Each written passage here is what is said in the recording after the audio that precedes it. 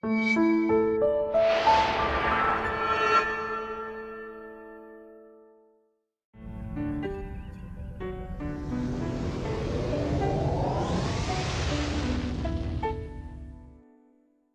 heading on now to Captain's Log, and we got lots of news to talk about. A lot of interesting things that happened the last couple weeks, and I'm glad we started coming back and doing regular news talks again, Eric, because it seems like just as we started doing that, we got bamboozled with We got fun stuff to talk about. Yeah, so let's begin with the only thing anybody's talking about this week, which is the Avengers. No, we'll get to that later on after everyone has stopped watching the video. Avengers Infinity War, the trailer came out this week, and it was in 24 hours already the most viewed trailer in history. I think, 50-something million views in just the first day. It was at 70-something the last time I looked at it. Just absolutely insane. That movie is going to break all the records. If any movie had the potential to do $2 billion, it would be this. That's not going to happen. But if anything had the potential to do that, it would be this. Could it beat Avatar? Yeah. I hope it does. Yeah, I think it absolutely could. And Titanic. What do you think, Rasco? I think comparing anything to Avatar, it's always weird because Avatar made a lot of money in a weird way where it just continued to make a consistent amount of money for a really long time. Yeah, this will obviously be different in that it's going to be a big release when it first comes out in a different way. Yeah. But I think that this is the movie where there's never been a movie quite like Infinity War in terms of scale and ambition and what's been leading up to its release. So it's anything could really happen. I'm anticipating some sort of huge surprise regarding how the financial regarding just how well it does financially. There's got to be some sort of surprise, never before seen kind of thing in regards of how it's received and how much money it makes. Yeah, it is a thing that's difficult to predict. It's obviously not gonna be, it's obviously gonna at least get its money back twice. There's no way around it. That's $1 billion movie right away. Yeah. I read a series of interviews today from Vanity Fair, and I'm going to put a link to this in the description. I encourage everybody to go look at that, because there's a lot of really telling things. Is this the one that you're telling me about, it kind of talks about stuff moving forward? Yeah. Okay. Yeah, quite a bit. And I sent you that, but I don't know if you had a chance to look at it. I didn't even see that you sent it to me. Oh, yeah, okay. But anyway, and Kevin Feige or someone, I forget, because there's a million people interviewed in this this thing, but I think it was Feige, talking about how there's just nothing in the past to compare it to, where nobody's going to go see this movie and be well, I compared to what was he said, compared to the last movie that took 12 franchises and put everyone in the same movie, we've never had anything like it before. My immediate reaction to that trailer was, oh, this has the potential to do what I thought was impossible, which is to make me feel like I did when I saw Avengers. Mm-hmm. Did not think that was possible. It'd be like if The Expendables was all of the characters that those actors were famous for. That's the only other comparable thing I can think of. Yeah, I mean, even because when we saw, and I this is a really common thing to say, but I felt that, I know you felt it. Mm-hmm. When we saw Avengers, we were this is a really bittersweet moment, because we never in history had taken all these things from these characters we loved from different movies and put them all in a blender and got to see them on screen together, and we're never going to get to feel that way again. And a lot of reviews of Ultron made a big deal out of how it's just impossible to recapture that particular magic. It's almost not even fair to bring it up because you can't expect it. Even though I knew everyone and his dog is in Infinity War, seeing what they put on screen, that they just what they've shown to us so far, immediately made me go, oh no, this is going to make Avengers look quaint in comparison, which is amazing. Yeah, I was I don't know if this is still true, but there was a while where it was being bragged about that Infinity War was going to be the first movie entirely shot on IMAX cameras. Oh, really? Yeah. I don't know if, since that came out, another movie has beat them to the punch. I don't think that's the case. Yeah. But Inhumans, I think, really interesting. Just as, a claim to fame. That's not a movie. That's a pilot, and why? I don't know. One of my big reactions to Infinity War, that was just a weird thing, was we knew that there was 68 cast people. We got the list of here's the 68 characters. When I saw the trailer, I was like, So you have 68 characters, but you also have 10,000 Wakandans?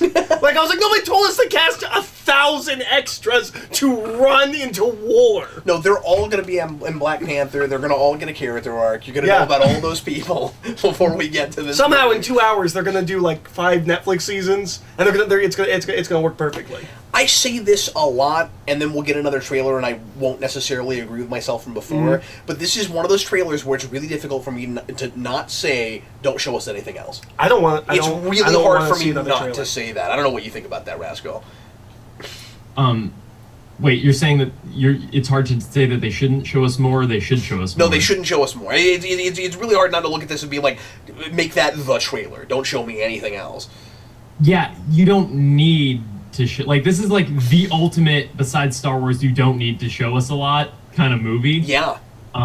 There's no reason to show anything else. Yes, they are all here. Yeah. Well, yeah, and we didn't lie. It is surprising how revealing it is.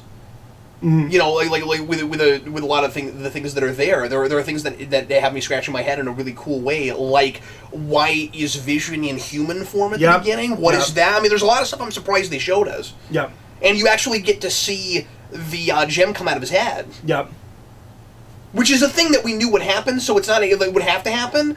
So, not a spoiler per se if you're paying attention, but we saw it in the trailer. That's crazy. We had a long conversation the night before the trailer dropped about what the trailer would be, what it should be, what it could be, and all of that. And I don't like to harp too much on trailers and make too big of a deal out of that, but we're talking about just in like advertising the film. What would be smart of them to do? It's an almost perfect trailer. It's perfect. Yeah. No, it's. I think everything it is a it needs to be. trailer. Yeah. No. Yeah. I know nothing is perfect, but like looking at that as a piece, meaning. What is its purpose? It's trying to sell me to go see that movie. Obviously, I was already going to go, but I was on the fence. But look, it's not Flash, okay? It's not DCEU. That's true. Flash. I will not see Flash.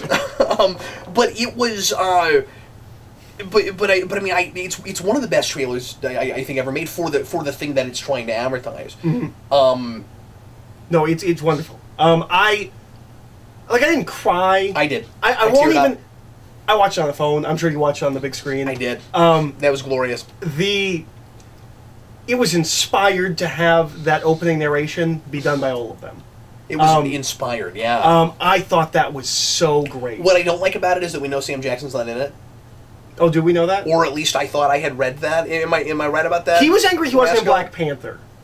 That's true. Maybe not sure. He is. It's weird if he's in it. They didn't show him because why are you keeping that a secret?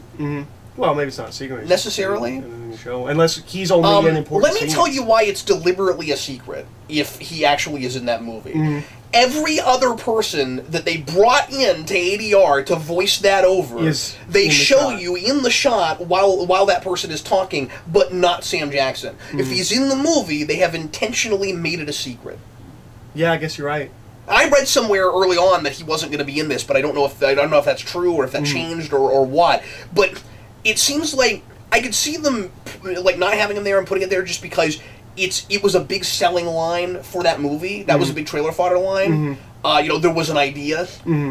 It does make a lot of sense to have him say that, to still use his original line. Also, it's not altered at all. It is pulled from Avengers, as far as I can tell. It's just the audio from Avengers? As far as I can tell. Then I don't mind that thematically. No, I don't mind it either. I'm just saying, if he's not in it, it's a secret. That's all I'm saying. Yeah. I feel like there... Yeah, go ahead. I feel like there might be a lot of things that will be kind of like that we haven't touched on in a while, and like Nick Fury is one of those things where there's like the big obvious stuff people are expecting going into this movie, and like stuff like the Vision losing the Infinity Gem out of his forehead, like that's something we're all expecting, so you see that in the trailer. I kind of hope that there are maybe a lot of because I've totally forgot about Nick Fury until you brought that up.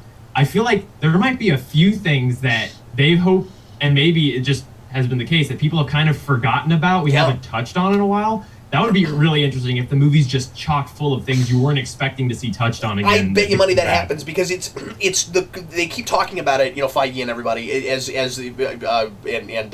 especially Downey, talking about this is the culmination of everything, and that obviously we are moving forward, but they're saying, like, until they got to this place, they had no plans after it. Like, they had no idea where they were going after it at all. I've always suspected that. And I think that's really cool. Yeah. And because we have so much continuity and history and stuff now, I don't feel like we have to worry like we did at the beginning, where they were kind of just writing by the seat of their pants. Like, there's plenty to build on. Mm-hmm. So as long as you're not putting things in after credit scenes that you then retcon and aren't paying off later, you know what I mean? But like, we've learned our lesson on that. But speaking of after credit scenes, by the way, I bet you money that because a lot of people have talked about, including you, about Winter Soldier and not wanting him to be in Black Panther. That's going to be the after credit scene. Yeah, is that waking him up? I bet you money that's the after. No, you're probably right. You're probably right. One of the big things I had with this trailer, because I love this trailer. I think it looks amazing. Yeah. And it looks like it's what it needs to be. I really appreciate that there wasn't a single joke in the entire trailer. Even when we get the Guardians, like, it's like, no, this is an epic. Yeah. We are doing a really big thing. And it's going to be fun, and there's going to be comedy. Yeah, no, course, absolutely. I'm not saying there shouldn't be, but they're selling it as an epic. Yeah. The one thing that gave me pause that I hadn't really You're thought like of, a biblical epic. Yes. Yeah. The thing that I hadn't thought of until I saw the trailer that gave me pause, and we had a whole conversation about this. My dream when it was Infinity War Part 1 and 2 is that Part 1 ends with half of the universe dead. I think that and is Part possible. 2 picks up. I think at this point that is possible. Because, and they kept saying, like, well, it's not really a two-part movie. I think in a lot of ways it's going to be, even though they said that. And keep in mind, there's nothing in between them. That is the like it's that. There was nothing in between? There's nothing in between them. Oh, okay. I thought we were dropping movies in between. There's no. Okay. I thought at one point Captain Marvel was in between. Yeah, I thought Captain Marvel and Ant-Man and the Wasp were in between. I think they're right after it. I'll check the days. Okay. Okay, wait. Here's the thing. Ant-Man and the Wasp isn't until 2019. Right. Which is when Infinity War 2 comes out. Right, but I'm pretty sure. I mean, I'm looking at this. This was from those interviews. I read. Okay. They talked about it like that. Okay. I might have read it wrong. Maybe that was the original listing before, like, Spider-Man came in. They moved things around. I'll check and make sure I'm right about it. I'm almost positive, though. But my big thing that I hadn't ever thought of until I saw this trailer, and I was like, this has to be a two-part movie. In as much as Empire Strikes Back into Return of the Jedi. Like, I can see Empire Strikes Back as a complete standalone, complete story. I'm hoping this is that, because I was like, oh no, if this movie is Thanos getting the gems... no, you're right. And Ant-Man and the Wasp and Captain Marvel in between those. I don't know why I thought that. Okay. If this whole movie is Thanos getting the gems, I don't want him to, like, lose in, like, 10 minutes, like, have the gauntlet and then it's done. I need this to be him gathering the gems, and the second one to be him doing whatever. You know, this shouldn't be Infinity Gauntlet. The next one should be Infinity Gauntlet. I think it's possible to be called Infinity Gauntlet. I don't agree with that. Okay. I think it's gonna feel like two parts in the sense that there's going to be a big, huge status quo shift, and we've got to pick up the pieces in the next film. I do not think Thanos will be the villain of that second film. Not at all. I don't. The way they're talking about it, and they're refusing to give us a title for it yet. You know, they know what that movie's called. They're they don't want to tell us yet, and they've said that it's going to give away too much about that movie. It's not Thanos. It's something else. You think so? I really do. Okay, because I don't want this movie to be Thanos gathering the gems, and then they stop him in the last. You know, I don't want the first two acts to be gathering gems, and the last act getting those away from him. I want to live in the status quo of him having the gauntlet for a while. You're making the assumption that these really competent guys cannot do that in one movie, and I think maybe they can. No, you might be right. Sorry, Rascal, weigh in, buddy. Oh, I was just gonna say, do we know if Captain Marvel is gonna take place on Earth? We just know it's in the 90s. That's all we know. Okay, so it's in the 90s. All right. Well, then, what I think is interesting is that the other movie that so I don't think Ant-Man and Wasp was on the schedule back when Inhumans had a movie. It wasn't. You're right. Yeah. Yeah. So it used to be Captain Marvel and Inhumans, both of which, if Captain Marvel is in the 90s and Inhumans, you know, when that was a movie, that probably would have taken place on the moon. Like, that probably would not have taken place. It probably would have been in almost complete isolation. So I think it's interesting. Both of those movies would not have really taken place in, like, the sphere of influence of the rest of the MCU. So it is very possible that we do end on, like, maybe even if Thanos isn't the villain of the second movie, end on like a really fractured status quo, because both Like a of those down movies note. wouldn't have had to like take place in that weird apocalyptic world that we have. That goes without saying. That's definitely going to be the case, especially the way all the actors and producers and people are talking. You're hearing actors talking like they're not going to be in them anymore, even though they're not giving away for sure that they're dying. Like Scarlett Johansson is talking like this is the last thing she's in. Now I don't know if she's one of the people that gets killed off. I don't know if that's true, but just like go look at that interview. Like she's talking about it like it's an ending, and it doesn't sound like because for some of the actors talking about like it's gonna be sad not to see certain people keep coming back and the end of certain arcs and things and like they're making it really clear that this is the culmination of 10 years of work, and what we're gonna have after this is gonna be very different. Certain of them, especially her, said like she's not coming back. Interesting. That doesn't mean that that's true, though. That's the case. Well, but it could be an end to that character's arc, and they're not going to use her after that. Who knows? Yeah, I don't know. Yeah. So Everyone I'm just flipped out about why she was blonde, and they're like, "Why is she blonde?" I'm like, "Because she's a spy. She's undercover." yeah. Why is this a question? The real question is why hasn't she had more disguises? Honestly, I would say. Yeah, she's blonde. We're not going to notice that she's still one of the most gorgeous women ever. Like, oh, I'm completely, I can't tell that's who that is. I don't want to read too much into single lines in an interview, especially out of context. Though I've read the whole section of the interview around this, and I still think that it means what it sounds like. There's a big quote from Downey going around everywhere where he says Thanos doesn't lose, and I just think that's potentially really important. That Thanos doesn't lose. That's interesting. Oh, well, and that could be a thing. Like you could have said that about Civil War as well. Yeah, that Zemo doesn't lose. I guess that's true. Yeah, that's a good point. Sure, where like they could get out of it, but not unscathed, and Thanos doesn't. Like it is possible you end this with an out for Thanos to come back or something. Mm-hmm. But I mean, who knows? The thing can I say this real quick with Thanos? The thing I'm so excited about with Thanos is that it looks like, with just what little we're seeing, that he is potentially a perfect blend, a perfect infusion of the two main kinds of Thanoses. He is Jason Aaron's Thanos, and he is Starlin's Thanos, just completely intersected, because he seems real serious and scary, but he's also smiley Thanos, and he talks about smiling, and he says like usually you wouldn't this wouldn't bring me joy. He says it's not. No, he says fun. I love that he says fun, and he's like, but this makes me smile, and I'm like, he's Thanos, man. It's so exciting. I read a quote from the Russos that made me. I was like, oh, They really are thinking about this character. They talk about how he doesn't have armor in this. He's not wearing his... Which I don't like that armor to begin with. It's too gold. He's not wearing armor in this. And they're like, it's because he's not going to war. He's on a spiritual journey. Yeah. And that's a different state of mind. He's dressing for the occasion of that. I think that's really interesting. Yeah, especially because... one of the big questions I have is why is he coming now? Mm-hmm. And I'm excited to find out what that reason is, because that tells me that he hasn't been like plotting and scheming and posturing. He's not masterminding this whole everything up to this point. Get us everything up to this point. It's the culmination of everything in character ways and stuff. Mm-hmm. It's not that he's had this big master plan behind it. I'm sure that's not how we're playing it. It's been like 15 years since at the end of Age of Ultron he's like, I'll do it myself, and grab the gauntlet. Yeah, I don't know if that's gonna end up making any sense, but we'll find out. But I mean, like, it's not one of those things where you can say, oh, they're like cutting costs or something by not having him in his full costume. Like, hey, we've only seen him in that so far with the 16 seconds collectively that we've had of Thanos. Guardians a little bit. He gets a whole scene. Yeah, that was like 9 of the 16 seconds. Okay. Yeah, but I'm just kidding. But anyway, I'm sorry, Rasco. What other aspects of the trailer should we talk about? I'll just say this really quick, and I don't want to compare it to this is not me trying to trash Justice League for no reason. I feel like this jumped out to me when I look at this trailer. It looks like a beautifully shot movie.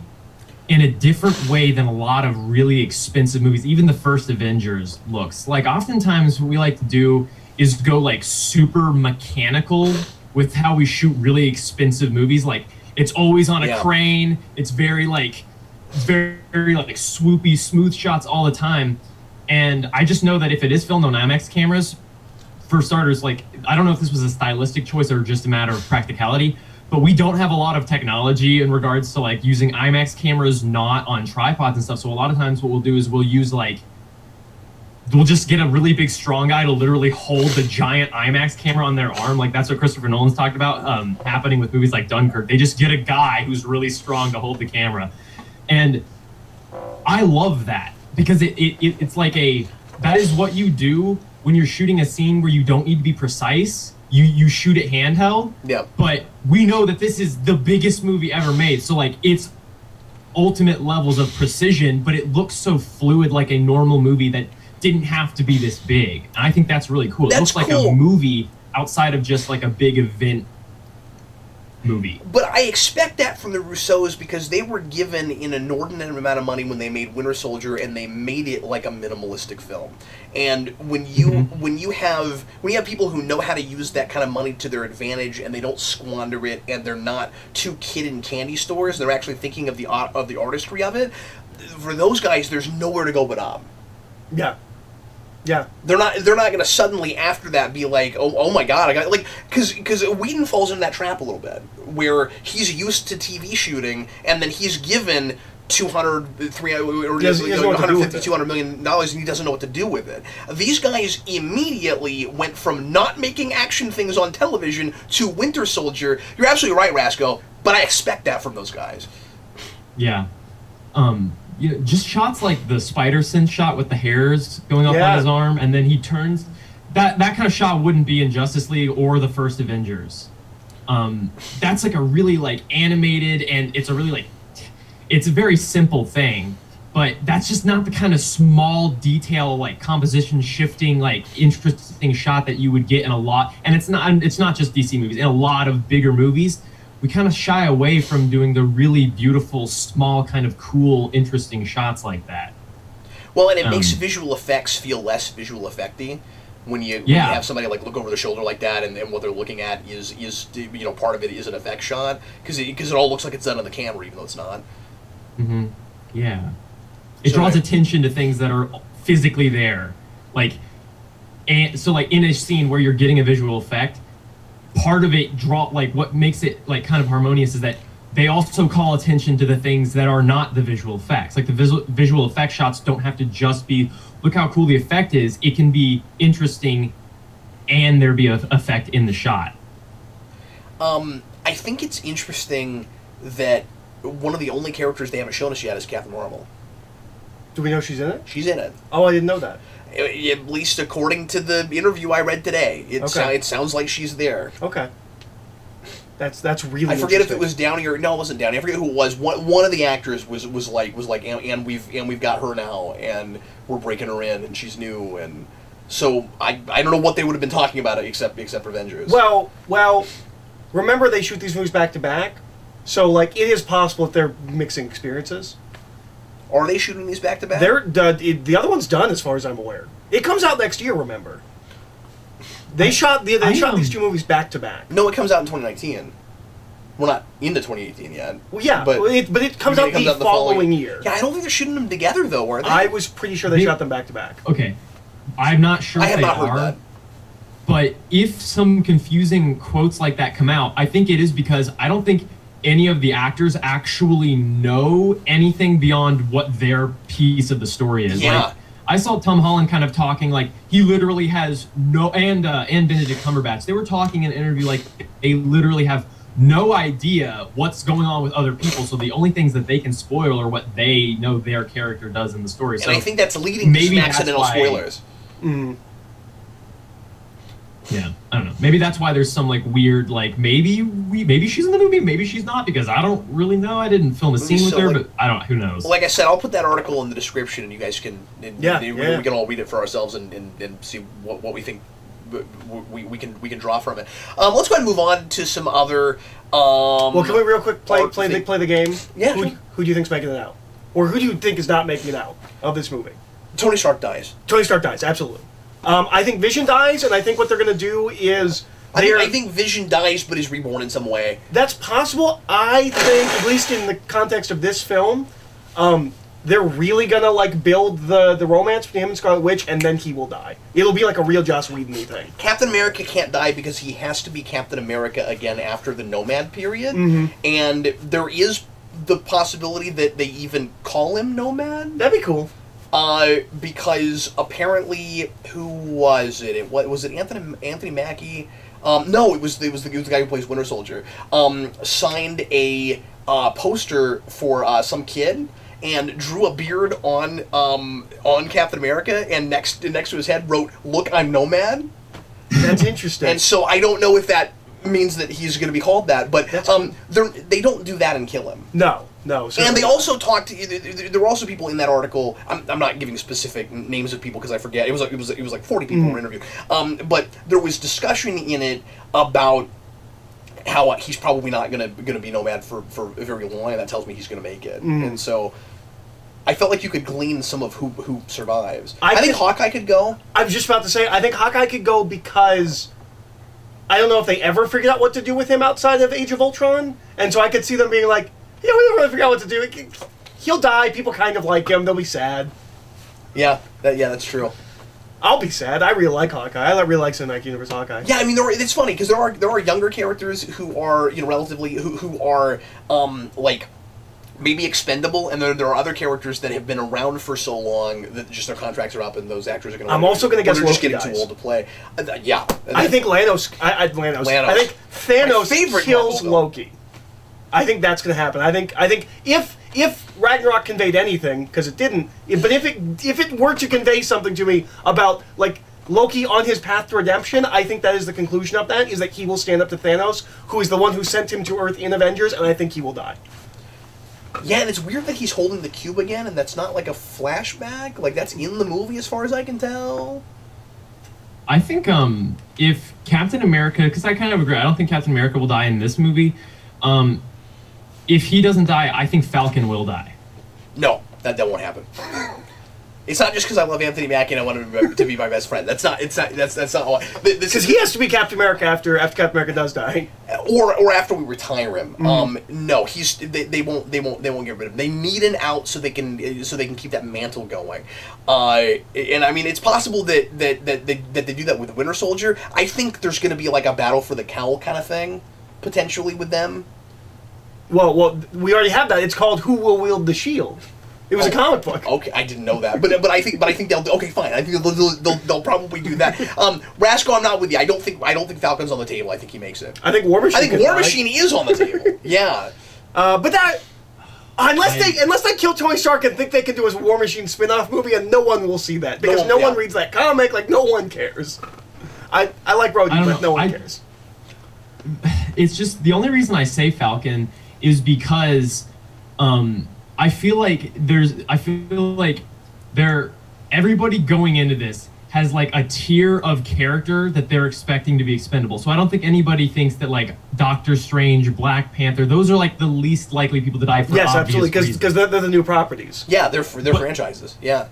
Yeah, to me, Spider-Man, I just obviously. think that the characters that would most likely be picked off are those kind of like supporting characters in like the Captain America movies, because we already have like a possible Avengers after all of these Avengers are cycled out. Even if you cross off all of those people like War Machine and Falcon and Scarlet Witch, we still have other people that would make up a really like weird Avengers team. But like we do have that, so I just feel like the people that you could get rid of and still have the most opportunity for franchise moving forward, even though like there is obviously a mantle thing with Captain America's name, I really do think Falcon is on that list because nobody's expecting it, nobody wants it to die, and it would hit you pretty hard. I don't know. That's just my one prediction. It's just from the business end, man, I don't see it. Now, if Winter Soldier wasn't there, I would be more vindicated in being sure about this. Because Winter Soldier could take over the mantle. Because I'm telling you, the Iron Man and Captain America mantles stick around in some way. You think Iron Man does? Yeah, because he's not a legacy character in any way ever. It doesn't matter. He's the legacy character for this franchise. Okay. He's a $1 billion property by himself. The armors live on in some way. Even if we don't call it Iron Man, even if we It'll change be the name some- of it'll- it, there's the going to be technology will still something be that there. is in an Iron Man suit that has its own movie. That's what I think is likely. I also think we need to be careful because depending on how the movie ends, I think characters could die who are immediately resurrected, and I think they're going to throw curveballs at you. If you've ever read an Infinity Gauntlet, you know this is really a real Thanos murders possible half thing of the universe. and then we bring some of them back, and then the real question ends up being in the next movie, which we stays have dead? to apparently wait for 2 movies to find out who stays dead, and we're gonna have to deal with a whole lot of people who are not thinking that and don't know Infinity Gauntlet and aren't thinking about that, who are like sure that all these people are dead, and some of them are gonna come back, and if that ends up happening, I'm not saying that's what they'll do. I think that's likely though. If that ends up happening, that's gonna be a really risky move because some people are going to cry foul and be like, oh, you can't keep people dead. And then it'll look like token deaths for some of the people that they leave dead. But do you agree with that, Rasco? I think there are people who will die, who will potentially die, that will come right back. Yeah, definitely. And whatever the title is, that's going to be the end, right? Like I think it's possible we don't even get an end credits. I think we could just get the title of the next movie. That's great. Yeah, I mean that would be really cool. Yeah, and even though I'm saying Falcon would die, Or just I think if Falcon Deathface. dies, he is. Could be just Deathface. Well, Sorry. I think that If Falcon were to die, I think that he is prime character to be brought back immediately. Yep. Even though I'm saying that, I'm just saying I think there's a good chance he dies because I imagine a scene between Cap and Falcon that's like a last exchange that is like a big thing moving forward for like Cap, because if Captain America continues on and he puts back on the costume and the shield, you know, I feel like there've got to be a lot of big, heavy things that happen to him at the ending of Infinity War, and that would just be one of them to me. But I do think that even if he dies, Falcon, there's a good chance he gets brought back. I'm just saying I think he will die. Again, that's not in the trailer anywhere, and as far as I know, she hasn't been cast, and that's a mistake. No, not a mistake, but like, Death needs to be involved with Thanos. The physical personification. I'm hoping we have that. I don't know if it's realistic enough for the world we have in this, unfortunately. We're also not getting a big space castle, which is unfortunate. How do we know for sure we're not getting the space castle? I mean, we won't in this movie.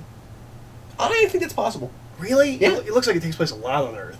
So far, what they're showing you. Okay. No, I think that's very possible. You also don't know if Thanos, like, where his base is, what he's doing. Like, That's true. No, I wouldn't make leaps like that. Okay. I think that's very... Now, I was the guy who said, not on camera, we were talking about this the other day, I was the guy who said, you either do something epic like what they did, which is just the way to sell it, or you show us nothing but Thanos sitting in his death castle. That's the other way to sell this movie, is just Thanos is sitting in his death castle. We didn't do that. I hope we still get the death castle. But, especially because it would make for a magnificent playset. Yeah. Let's go ahead and move on and talk about some other news. Unless Rascal, you have anything else burning about that you want to talk about? We could do 3 hours on that, but Yeah, no, we can move on. okay, cool. So I guess we'll real quick talk about Harley Quinn things. There are a couple of Harley Quinn things, and they both have to do with Margot Robbie. Weirdly, so they're doing an adult Harley Quinn animated series.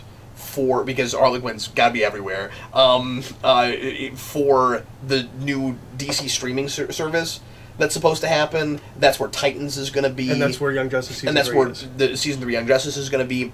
And Margot Robbie is voicing her, which is a good move, because the last person who voiced her was terrible. Yeah. And in Batman Harley Quinn.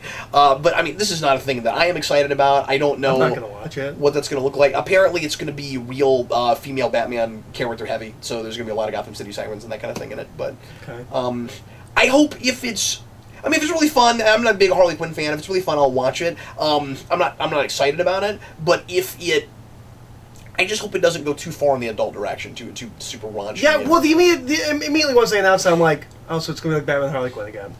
But like, they're not going to have they're not even going to have the sense that they did have. It'll feel... It could just be like Deadpool Harley Quinn. Pretty easily. So, I don't know. And there are so many characters that deserve a show before Harley Quinn. Sure. It's sad. I know she's super popular and people like her for some reason, but it's weird to not have a Batman show on at all, and there's a Harley Quinn show in development. That's my thing. Is like, but we have no Batman show on right now, or anybody. This is where you finally do the No Man's Land show that they pitched twice. The adult Batman show! Screw Harley Quinn! Do an adult Batman show before you do an adult Harley Quinn show. Yeah, see, this is why I really want the, even if it's not good, the Death of Superman two-parter thing to be popular, because I want that to make people look at No Man's Land again. No Man's Land should be a trilogy. If they're going to do those animated films. Movies, yeah. I mean, obviously, a cartoon show would be like just a 5-season TV show. the best thing ever, yeah. But I mean, like, even if you're not gonna do a Batman show, can we at least have another heroic character in that universe with their own? You know what I mean? Because can we have a character worth getting a TV show that like is a mainstay hero? You could sustain a Nightwing show where Batman's in it. You could do. I mean, you know what I want. I want Birds of Prey to come back in that form. I read recently that Young Justice originally, like, before they did Young Justice, they were developing a Nightwing show. Oh, that was originally going to be a show that was going to get made. I mean, that could have been cool too. Yeah, Nightwing's cool. And then Harley Quinn. This is so absurd. Like, you can't make this up. Like, like sometimes I feel like it sounds like we're just making up things, or like it's a Saturday Night Live sketch. Like, you can't make this up. Margot Robbie mentioned a couple days ago, which this I originally was going to talk, and we did this a little bit on GNN, so we probably don't need to go into it now, but I was going to talk about the rumor with more about the rumor with DC talking, or Warner's talking about maybe putting DC properties on hold for 5 years. This seems to suggest that that's not what they're talking about. Margot Robbie has announced yet another Harley Quinn movie in the works, another one that's like a solo one. So we apparently have a Harley Quinn Joker movie and Suicide Squad 2, if that ends up happening, Gotham City Sirens, and now her by her lonesome. And she says, and this is just a quote, I'm not saying this makes sense, she says, and I've been working on it for 2 years. Working on what? What has she been doing? She's not a writer, she's not a director. That was the quote, okay? Okay. That's what she said. Okay. I'm telling you, I don't know what that means. That's what she said. How about we just stop making Harley Quinn things for 5 years? We'll shelve that until do actually know how to approach that character. How about we make one and see how it does? There's, like, at this point, we might have 3 Batman continuities on screen at, like, once. Yeah. You have, like, this Harley Quinn stuff, the possible Matt Reeves Batman universe, which may or may not be out of canon, and may or may not have Ben Affleck. Joker film if that it we has, know is out of canon. I mean, if that movie has Ben Affleck in it, then it's like, I think that's going to be DCEU, even if it's loose, regardless. Like, I think, but yeah. These are the same people that, like, pull Blue Beetle out of Justice League Unlimited because they're trying to have a show on, like, the CW with Blue Beetle. Right. And they pull Suicide Squad off of Arrow the moment that they're doing a Suicide Squad movie. And they pull Deathstroke out of Arrow the moment that they put Deathstroke casting out for the movies online. Why? And Harley Quinn was supposed to be in that universe, and they can't use her now. Like, what? Besides that, one little cameo she had in season 2 or whatever, wherever it was. So especially if none of these projects get scratched off, and we think that there is the potential that these 4 movies, like, all she's gonna do is Harley Quinn for the next 20 years. Yeah. I mean, probably not. But here's what I'm gonna do. I am going to now only refer to those things as the Harley Quinn cinematic universe. And I'm going to assume the Harley Quinniverse? That because that's all they seem to really like they're just writing really hard on Harley Quinn and also sort of maybe the Joker. They like that's their priority. So the DCEU is now the Harley Quinn EU. It's the Harley Quinn extending from Harley Quinn. Yeah. I hope none of these movies happen. What about the Nightwing movie? What about the Batgirl movie? What about, like, all of these cool sounding movies that probably aren't going to... What about the Shazam movie? Well, and you heard the thing with that, right? Where the director was like, do I not have to go to work today? Yeah. He said if they're shelving it for 5 years, I haven't heard about it. I would love to know if I have to go to work tomorrow because I could use a day off. That was hilarious. He said that on Twitter.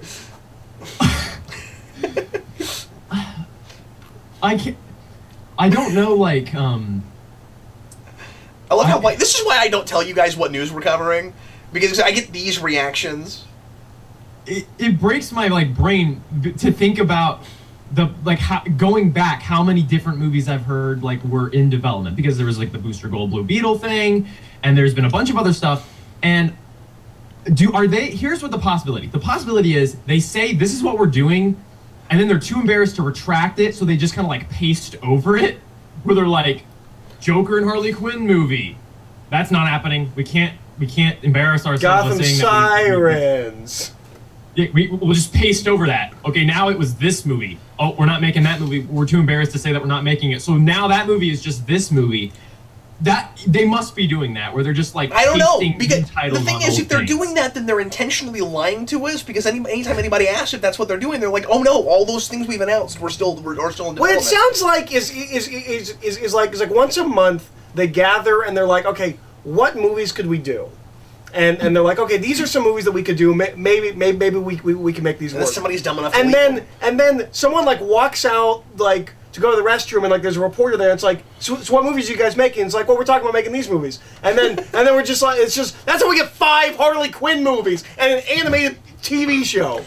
I think it's worse than that. I think what happens is you have like a reporter or somebody that's standing outside that room that you're talking, this magical room we're talking about, and they walk, the one that is full of chimpanzees and they run Warner Brothers. And they walk in when the executives aren't looking, and they get into one of the briefcases and they just see what comics they're reading. Yeah. So then they just take the comics out and they're like, well, this must be what you think they're reading comics. They're just looking at. They're not reading them. They're just looking. There's a cover. Yeah. That's true. They're running a movie studio. They can't read.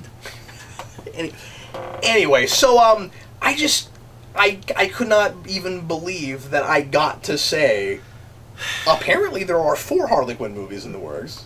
It took so long to get to her. But we're still not sure about if Suicide Squad 2 is ever going to happen. We're still, I mean, like it sounds... And which of the two, between that and Gotham City Sirens, David Ayer is supposed to be attached to? That's still unclear. I have been, I have been corrected on this before, where I've said they need to stop announcing things, and people have said, well, Cap, it's more leaks than announcing things. Okay, then they need to announce over the leaks. They need to say no, or whatever. If it's leaked... And or like they just need to make it clear, like because people are right, like I think it's dumb that if they are intentionally letting us know about things that may or may not actually happen, but if somebody leaks it and they didn't want that to happen, I guess that's not anything they can help. But they need to make more statements more clearly when it's definitely things that they don't even know if they're gonna make, where it's just like, but that's in like its infancy, you know, like I just don't think Harley Quinn is a fantastic selling product. We just want to keep moving that merchandise. We're doing something with Harley Quinn. Sure, yeah. We don't exactly know what, but you're getting a Harley Quinn movie. We're just going to keep announcing more of them until we figure out which one we actually want to make. There's got to be a way to like figure out like which ones they actually look like they're moving forward with. Because the thing, like with Nightwing, that guy, there's a director. They've talked about like, whoa, we're trying to cast Nightwing right now. Wait, really? Oh, I didn't even know that. About, like, what the movie's gonna be like. So that movie, I'm like, okay, well that one must like be closer to happening than like other films, like the Booster Gold Blue Beetle film. Because maybe you could look in and see like, are there writers attached to some of these things? Are there directors attached? David Goyer's writing Green Lantern Corps. He was announced like 4 months ago, or something like that. David Goyer. Right, but they've had 2 movies since then. Doing Green Lantern Corps. There was rumors that Gavin O'Connor, director of The Warrior, the Tom Hardy movie. Yeah, good movie. He was attached to Suicide Squad 2, which I don't want that to happen because I don't want him to be bogged down with making that sequel. But let him make something else that's not that. He was attached to an X-Men movie at one point. I don't know what happened to that, but I don't know. They just need to come out and set the record straight. But at the same time, I don't know if, like, either they have everything figured out and they're just waiting for the right time to make an announcement that totally changes the landscape of what we're looking at, and we just haven't heard that yet. Because, like, for example, Ben Affleck wanting to move out of Batman, that's something that's been decided months and months ago, probably like over 8 months ago at this point. And that's when those rumors started that like Ben Affleck himself was expressing interest in wanting to leave. Of course, he has to come out and say that's not what's happening, but that decision was made a long time ago. So what other decisions have been made that we're just like, we just haven't... Let's not forget because DC doesn't actually We're spending officially. a lot of time talking about it, but in a way, it's not even fun because if you there's information you don't have, so this almost feels like a waste of time. Well, we're doing it anyway, but you know what I mean? Because DC never officially retracts or takes anything off the docket, we still have that film slate they announced. You remember when Marvel announced all the films? We've seen all of those movies they announced. Remember when they announced all of the DCEU films back when Justice League was Part 1 and 2? Right. Yeah. They haven't officially retracted any of those. It's still up in the air. Which of those is Cyborg still getting a movie? Yeah, they have officially retracted Justice League 2. I mean, that's definitely not happening. Yeah, but, especially after this. There are things that they've made really clear, but I mean, like, it's still weird the things that are up in the air that we don't know for sure about that Shazam movie and all these. I mean, they're working on that. That is supposed to happen. That director is actively doing things. But what's amazing is, given all of this, there's still a more competently run company than Sony, a more competently run movie studio than Sony. That actually does seem to be the case, yeah. which is amazing. All right, let's go ahead and move on. So speaking of David Goyer, who you just mentioned a minute ago, he is directing a movie that I think he is best for Goyer. The movie that it most matches his sensibilities. When you think Goyer, you immediately think of this property. You think He-Man and the Masters of the Universe. And we're not talking about... Right, he's going to direct that movie, apparently. Or at least this was announced. I mean, who knows if this actually... He says he was brought in to touch up the script, and then somehow, accidentally became director. He didn't say accidentally. I'm saying accidentally. That's probably what happened. He somehow became director of the film. David Goyer is a terrible director. He is intentionally or unintentionally... Now, has he directed anything but Blade Trinity? Oh, yeah. He's directed 2 or 3 other movies. Oh, okay. All right. He's intentionally or unintentionally, bullied by his set, where, he cannot... not be won over by anything anybody says. Yeah. The man is a sponge, and he shouldn't be directing films, but... He should have let Ryan Reynolds finish Blade Trinity. It probably would have been a better movie. The thing I'm really worried about with him doing Masters of the Universe is and I know he's going to say this. I know he is. God, no. So what we did was, we thought about Eternia and He-Man, and we said, what would this look like if it really happened? That's the phrase that's going to come out of his mouth, and that is the last phrase that should come out of anyone's mouth making Masters of the Universe. Which is a movie that's been in limbo for years. People, they've been talking about all that of the 80s cartoons are. The Thundercats, Voltron, they're all in this. They're getting Captain made. Planet. Captain Planet. They're getting made. Robotech. Master of the Universe, I would like to see attempted again. Because there's things about that movie in the 80s that I like a lot, and I think you could really... And much like in the 80s, Star Wars. You're essentially doing Star Wars, but leaning more into the fact that you're a science fantasy. And as you always say, we don't have enough fantasy stuff. We don't have enough fantasy stuff. And you're right, that is what that is. Mm-hmm. It's the fantasy over the science fantasy. Like Star Wars is a science fantasy piece. That is a fantasy with a lowercase sci-fi in front of it. Fantasy fiction? Does that work? No. Fi-fi? This news, to me, is anti-news. This story, when I heard about it, actually confirmed the opposite of what the story is telling you. To me, them saying that there is a Masters of the Universe movie written and directed by David S. Goyer, to me, that says that this is not happening. Yeah. This movie will not be made. I mean, couldn't we name as many or more movies that Goyer was supposed to make than the ones that he's made? Yeah. This is true of some other people, but I think that is the case with Goyer. You're right. I mean, he gets attached to a lot of things. You know, it's anti-news. He's no, that's great. You're absolutely and that's why that's how we know Justice League Corps is not happening as a film. You mean Green Lantern Corps? Green Lantern Corps, Justice League Corps. Yeah, Justice League Corps. It's just nothing but superpowered army people in the Justice League. But no, that's why I was kind of trepidatious at the beginning, where I was like, allegedly Goyer is making a He-Man or a Masters of the Universe movie. No, Rasco, you're absolutely right. That is we just have to get rid of all the magic. The Power Grayskull is more of a spiritual experience. We're going to be making an over 1 hour Captain's Log where much of what we're talking about, much of the conversation probably will not happen. Completely pointless. Yeah. But something that is not pointless is to bring up the picture of Robin in Titans, played by Brenton Thwaites. I'm not sure how to pronounce his name. But He looks amazing. He looks that great. costume is awesome. It's an amazing costume. Yeah. Did you see the list? I don't usually like to talk about pictures. That seems significant to me. Did you see the credits of the costume designer? I saw it was somebody major, but I didn't look into it. Okay, this is going to blow your mind, because it listed 3 of them. I don't remember one of them, but the other 2 are the polar opposites. So one was Iron Man. This was the costume designer of Iron Man. The other one was Black Lightning. The Black Lightning costume is the worst superhero costume on television. And they also did this costume. It's not on looks TV. amazing. It's not on television yet. Okay, it airs next year. We haven't seen it yet, but we've seen the extended trailer, and it looks really bad. I think. Yeah. I give everything a shot. I will give it a shot. I think it looks terrible. Sure. We haven't talked about Black Lightning. I think it looks really bad. But you're right. That's crazy. Yeah. So apparently, if you take the most like typical cliche like $29.95 looking 90s TV show costumer and put it with the Iron Man costumer, you get magic? Is that what we're saying? All right. Yeah. But no, it looks great. I'm really hoping that Greg Berlanti's name is attached to the show is in name only. Yeah. And that we get writers to work on the show. I'm not excited about having to pay for another streaming service, but I hope the fact that it's not on the CW means that it'll be written. There'll be quality, more, control, with a little bit more character dimension. Yeah. Oh man, that was hard. That was harsh. See, it doesn't even feel harsh to me. It just seems like the world Everyone just knows this, right? Like everyone just knows. Well, that's not fair. Well, I mean, I don't want to get into trouble because every time I even like passingly mention the CW shows, people fans of that show are like, why do you always dog on those?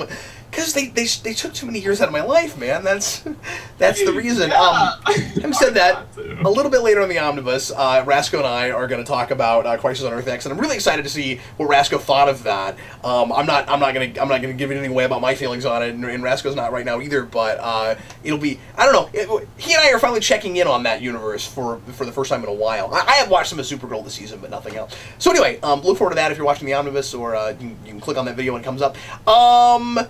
Batman Ninja, or so this is an anime film coming out about Batman. Batman Ninja. In Japan, it's called Lord Batman. I wish it was called Lord Batman here. I love that. I wish it was called Lord Batman. I'm sorry, was there something else you want to say about Titans?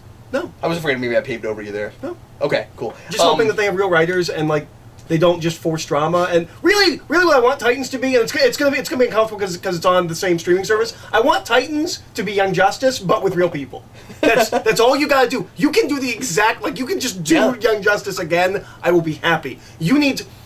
If the rest of the production design matches that costume, it might kind of sort of look like that. It's really unfortunate for everyone else on that network that they are next to Young Justice, because I think Young Justice, at least season 1, is the best superhero show ever made, period. End of story, best one. From a character and plot structure, like, it's just the best thing that's ever been made with superheroes on TV. I still never watched Past the Pilot. I know. But we're gonna talk about that. It's really unfortunate that you're gonna have another teen drama show right next to that show. All right, we'll see how that turns out. Sorry, for the people who don't like cartoons and won't give that a shot. Yeah, if it sounds good, like that would be amazing. Yeah. But Batman Ninja. Well, real quick, do you think that now that we've gone backwards to it, do you think they'll be in a T-shaped tower? Do you think they'll go that far? That would be amazing. You know, you think they'll have jokes about how like we're on the farthest end to the right of the T, and there's like how does this even work structurally? Yeah, he's like maybe someday we should get ambitious, add more letters, have like a whole like Titans, like a whole bunch of buildings with those letters. Anyway, moving right along. So I think Batman Ninja looks amazing. It looks amazing. I'm very excited. I have about one that. complaint, which is much like the Godzilla trailer that we talked about. It's that cel-shaded computer graphics thing. I don't love that either. I wish it was animated. But boy, the designs of everything. It looks bonkers! Yeah. It looks so cool! It looks like insanity, and it looks really atmospheric, and I kind of wish it wasn't time travel, though. I kind of wish it was just Batman in feudal Japan. Well, what's really I wish it was weird, just Elseworlds, like Batman was in feudal Japan. What's really weird is that Batman time travels to feudal Japan, but it seems like everyone else is just the feudal Japan versions of themselves. Which is really cool. Whatever they do with it. But it's weird that he would go back in time and like all of his characters are there. Like it doesn't seem like they all go back in time. It seems like Batman goes back in time and here's Ninja Catwoman and here's Ninja We'll see Joker. if it ends up making sense. Also, there's like an army of Jokers. Yeah, I saw that. That's cool. And there's a Two-Face. Yeah. There was a list. I looked on the Wikipedia. There's a list of like. Oh, all I the didn't do that. I characters just in the there's like a not behind the scenes, but there's like a first look thing. So there's like a trailer, and then there's one video that's like 3 trailers, and I watched that. Oh, I didn't watch that. And you see Two-Face, and you see Poison Ivy, and you see. Those are all the people that I read on the Wikipedia are going to be in this movie. That's really cool. Yeah. Rascal, do you do anime at all? No, I'm a total anime noob. Okay. I mean, I don't either, but this looks really cool. This is written by a guy who's quite famous. His name I don't know. Gorilla Grodd is in it. Yes, I saw that.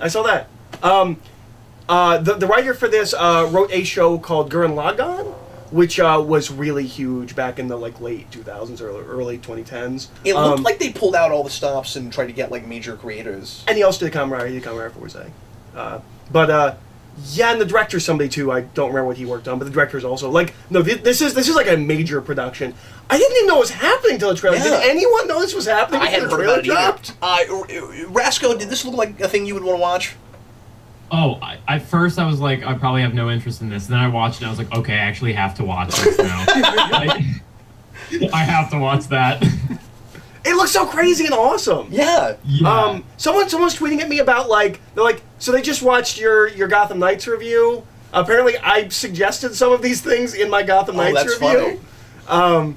I'm so excited. This is what I want Gotham Knights to be. Let's just let Japan do Batman. See what that looks like.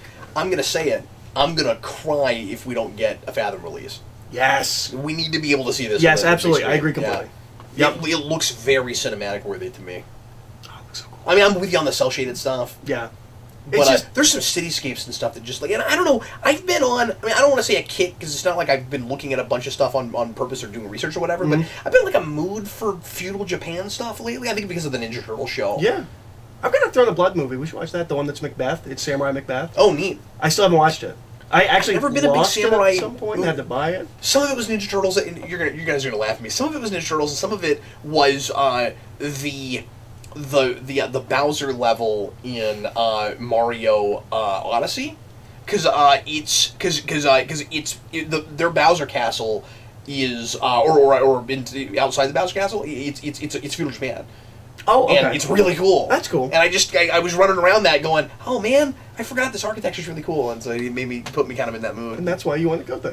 And that's why I want to go there. Yeah, it's not because of the sex hotels. Definitely not. Not that right.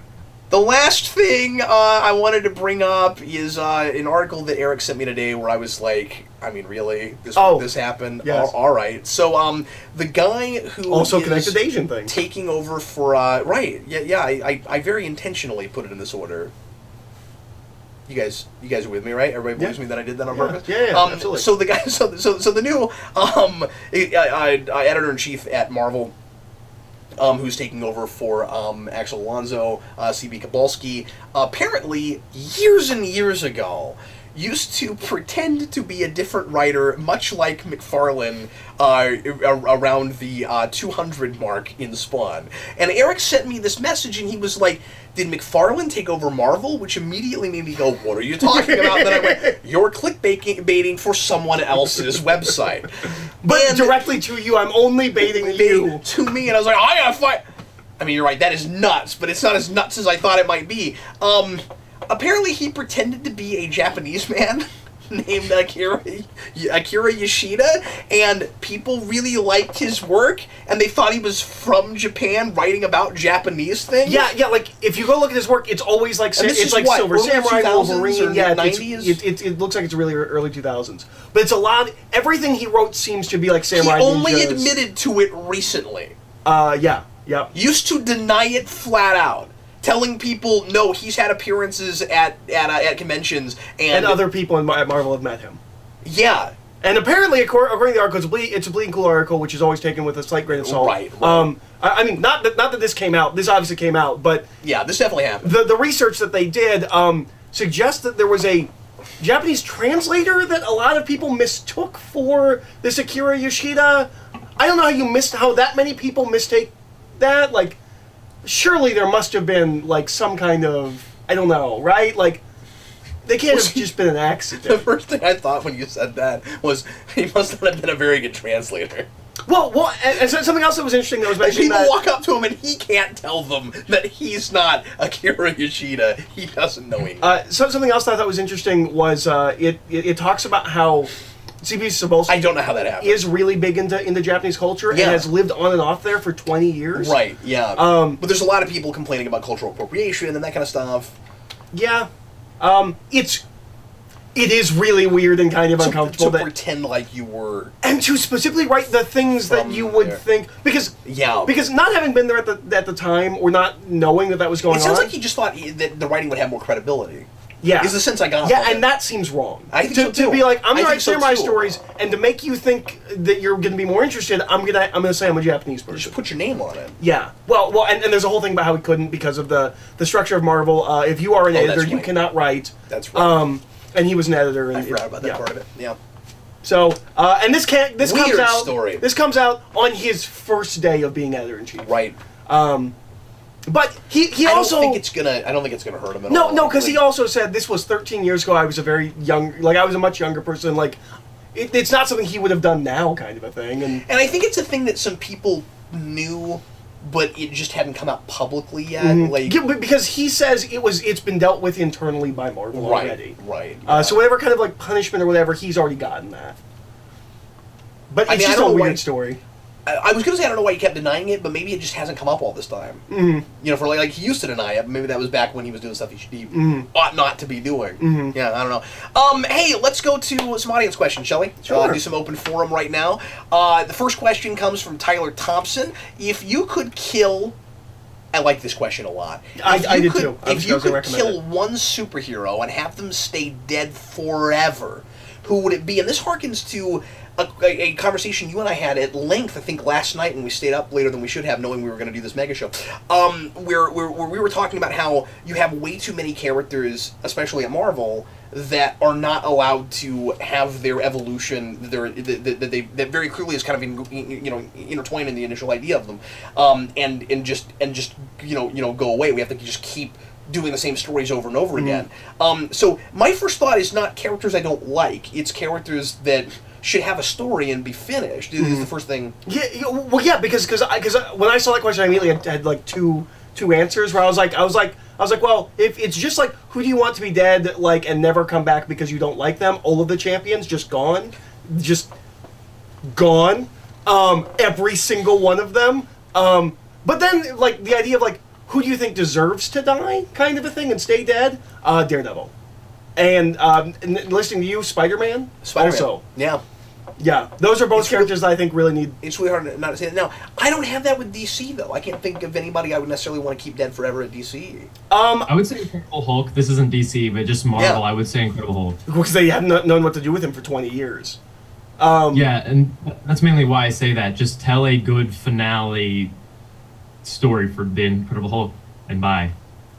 Plus, we know there's an accident that if someone has, it will turn them into Hulk. It's not hard to have other Hulks. Like, the having other people with the Hulk mantle thing is not as much of a problem for me if we don't ever bring Bruce Banner back. If he died in Civil War 2 and stays dead. Well, I was going to say, like if he's not looming in the background. At DC, I think the only way I'll ever accept Cyborg on the Just League is if we retroactively go back and make him not a founding member but have Martian Manhunter die and stay at some point.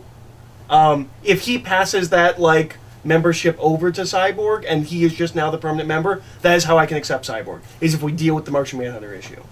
The problem for me with DC is that... And there's never been an ongoing Martian Manhunter book that's, like, sold. With DC, my problem is periodic crises. Like, it's just too easy to kill people and bring them back in some interesting way. Or not interesting, but... You remember when we were never going to bring anyone back ever again? The revolving gates of death were done, and then we rebooted the entire universe. So we can bring everybody back again, yeah. But I don't know, like, I just think the rules there are different. I mean, like, lately they haven't been. We've kind of tried to sort of reset things with Marvel a little bit too, but, like, I think, with both those companies at their purest form, I think a lot of characters at Marvel, and I would like, and I don't know who at DC at all, like, I would love to see the comics do what the movies are probably going to do. But I say that, like... I guess for 616, we've talked about this a lot, but I feel like you can always do other out of continuity stories. You can always do other universes. Like when we say stay dead, we just mean in particular continuities. There's no reason you can't In 616. have other continuities. You could relaunch Ultimate Spider. You could kill Spider-Man tomorrow and finish Peter Parker's story finally, and launch Ultimate Spider-Man as its own separate continuity. You know who else could die? And actually, I think the entire universe would be better for it. Hal Jordan. You have so many other Lanterns running around. They're all bogged down by this one guy that no one actually thinks is that interesting. Like, I don't think Hal Jordan is anyone's favorite Lantern. By that logic, Barry Allen too, I guess. Well, Barry Allen should have stayed dead in the first place, Yeah. and I'm so angry that he will not leave. Yeah. Especially since you don't like the one that was in that movie. But I also don't like that he's in the TV show. Like, nothing against that guy. Like, he's not the interesting He's a blend Flash. of like 3 Flashes, right? Yeah, he's not the interesting At least Flash. 2. Wally is the interesting Flash. Like, do that, but I mean, Well, they have and Red Wally, Hood. and and he's Red not Hood. Kill that Red Hood. interesting, Keep him so- dead. There's a bunch of characters I want to retroactively keep dead. Jean Grey. Well, I have that too. Yeah. I can't believe we're bringing. We made it like 15 years. Like 15 years we made it, and we're bringing her back. We're weak.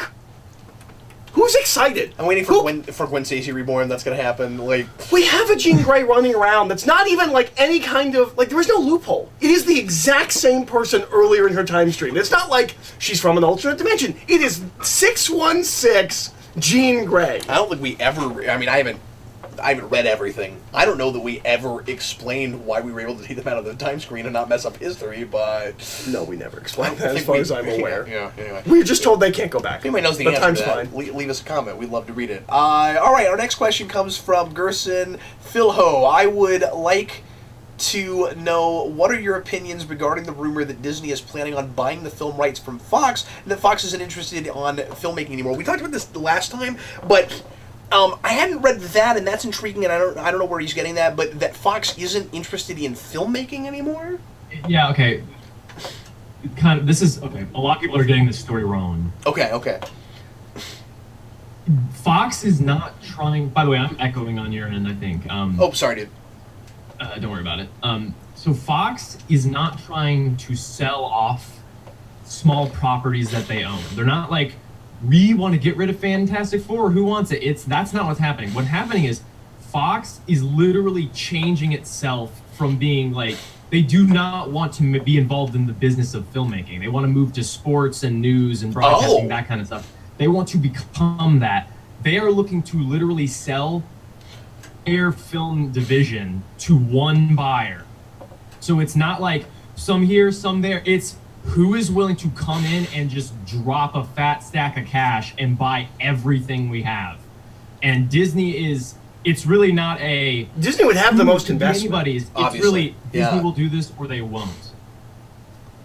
And they've been in negotiations. Obviously, Disney is interested.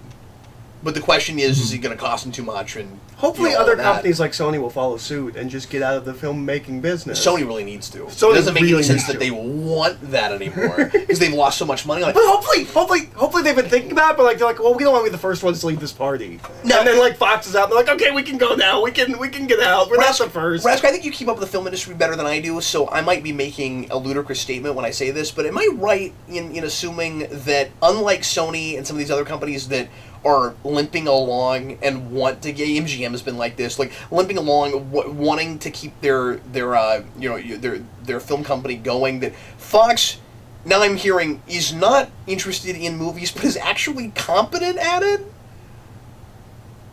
I'm honestly, I don't feel like I'm qualified enough to say that, but I don't think that this is like a desperation move. This No, isn't I don't like think it is. But the point I'm making is, we don't hear about them like being close to bankruptcy with their film department and all of that. And there are choices they seem to make that are a lot better than those others. I just think it's really funny, if I'm right about that they don't want to make movies, but they're actually better at it than a lot of the people that want to make movies. I think that's really funny. And what does this mean for like their TV side? Like That was my next question.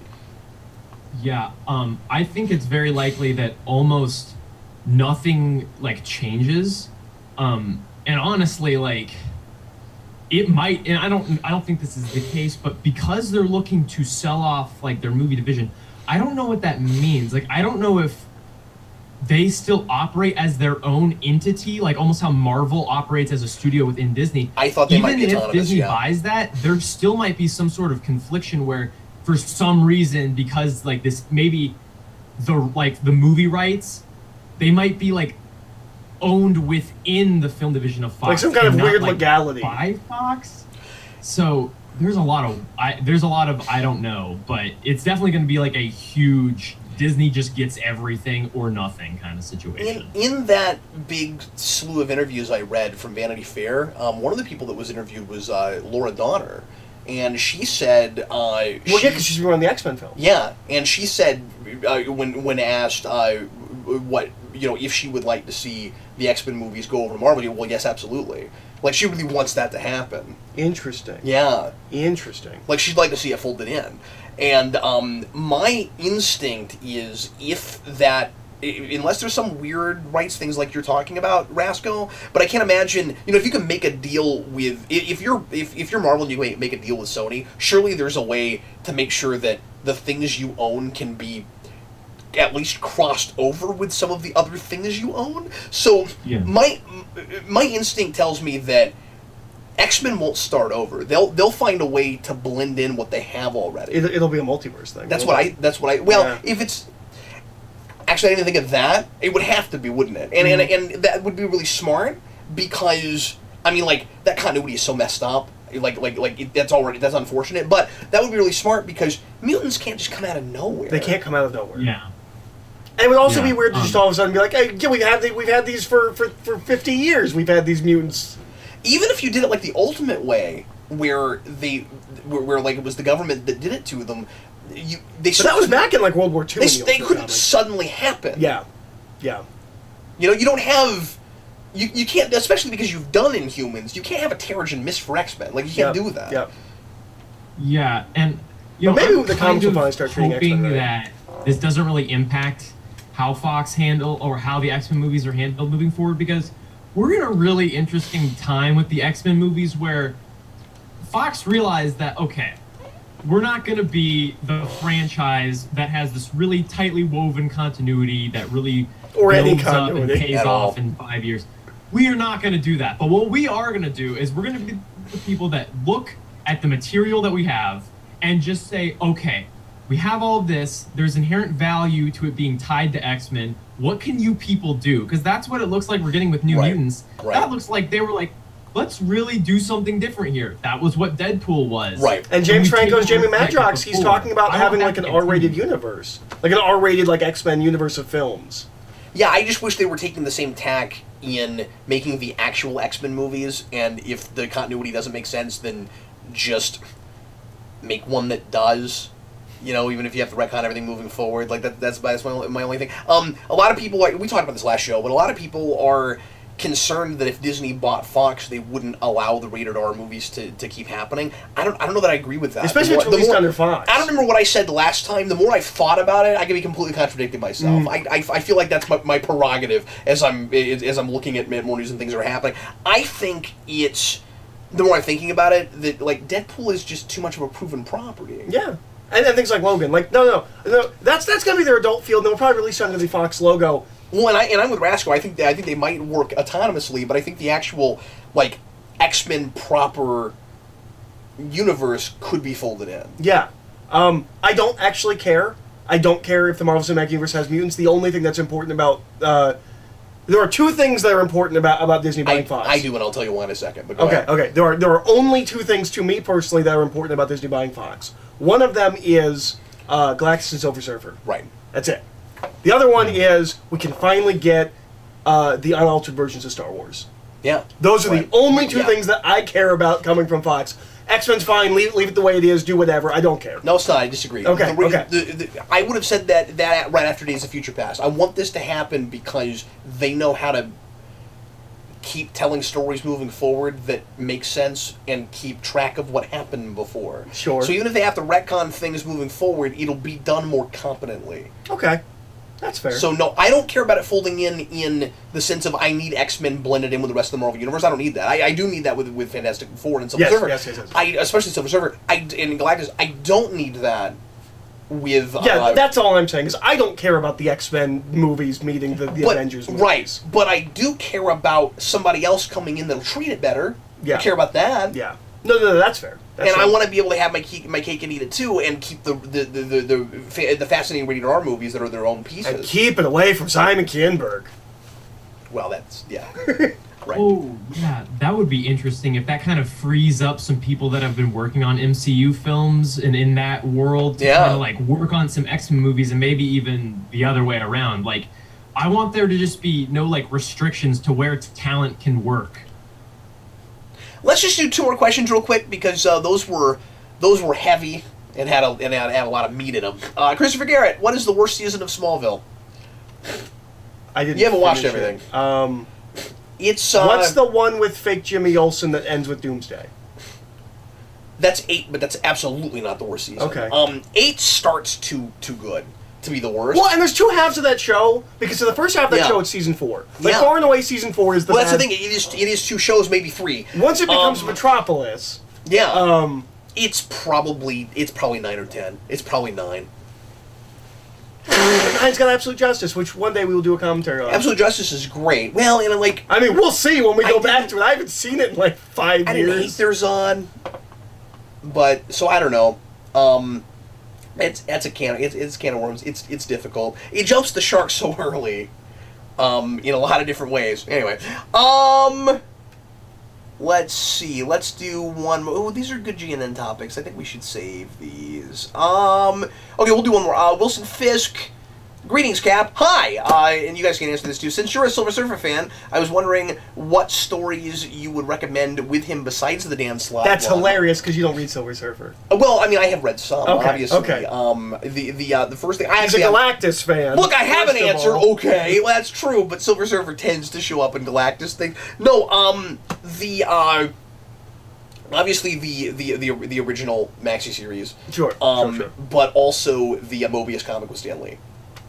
I'm gonna go with the Parable. JMS comic, which is about his death. Okay. It's now of continuity, like the end kind of a story, where he's like the power cosmic, like it's kind of like All-Star Superman. Like he gets so much power, like he's gonna die, and it's what he does knowing that he's gonna die. You've told me about that, but I haven't got it. And it's really hard to get a hold of now. Do you have it? No, unfortunately, read at the library. Of course, useless. But yeah, that's a really good one. Also, all of that late 80s, 90s stuff with Ron Mars and Jim Starlin, it's all. I mean, I haven't gone back to that stuff since I was like 8 years old, but I remember it being amazing.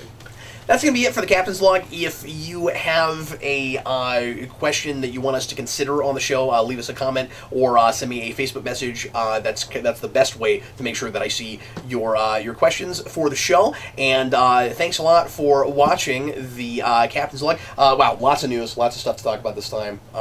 I'm glad Rasco was here because you cleared up that Fox thing. I had no idea what was going on there.